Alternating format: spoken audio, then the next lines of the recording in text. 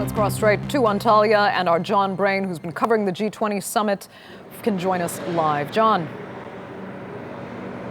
Andrea, yes, the G20 Summit just drawing to a close. It's been dominated, as we knew it would be, by the attacks in Paris and the desperate struggle to try and get a unified approach to those attacks. Let's speak to Greg Stiles from the University of Sheffield in the UK. We spoke to you yesterday and you were very pessimistic that they would come away from this summit with any progress having been made. Has your pessimism been justified? I believe it has. The most important aspect for me of the summit in regards with security was the impromptu side meeting between President Obama and President Putin yesterday, where they agreed the UN would mediate between President Assad's regime and the opposition figures in the conflict in Syria. As President Obama is correct that the only solution to the ISIL threat is to resolve the conflict in Syria. Unfortunately, what nobody seems to be talking about is there is no unified opposition.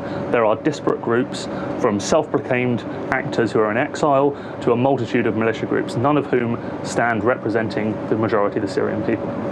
And what about, have the leaders left here in any sense of unity that they were seeking, or are they as disparate as they ever were?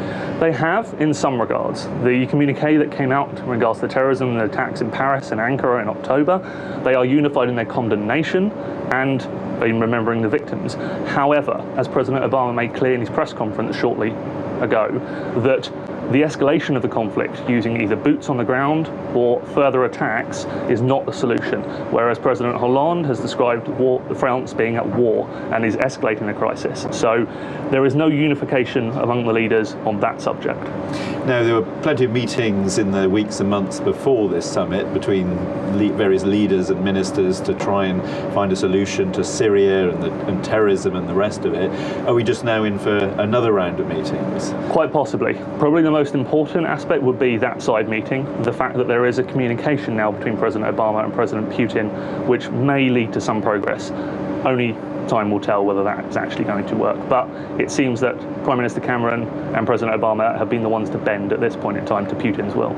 Does this mean that Obama and Putin are really carving a solution up between them? Will they sideline the other countries? Quite possibly. That may be the only way to get things done. At the G20 here, you have actors such as Saudi Arabia who are funding different groups to the US and who want a very different solution to both the Russians, to Turkey and to America. Trying to find a unified solution to that is very, very difficult, even in a situation such as this. Greg Stiles, well, you're as pessimistic today as you were yesterday. With that from Antalya, back to you.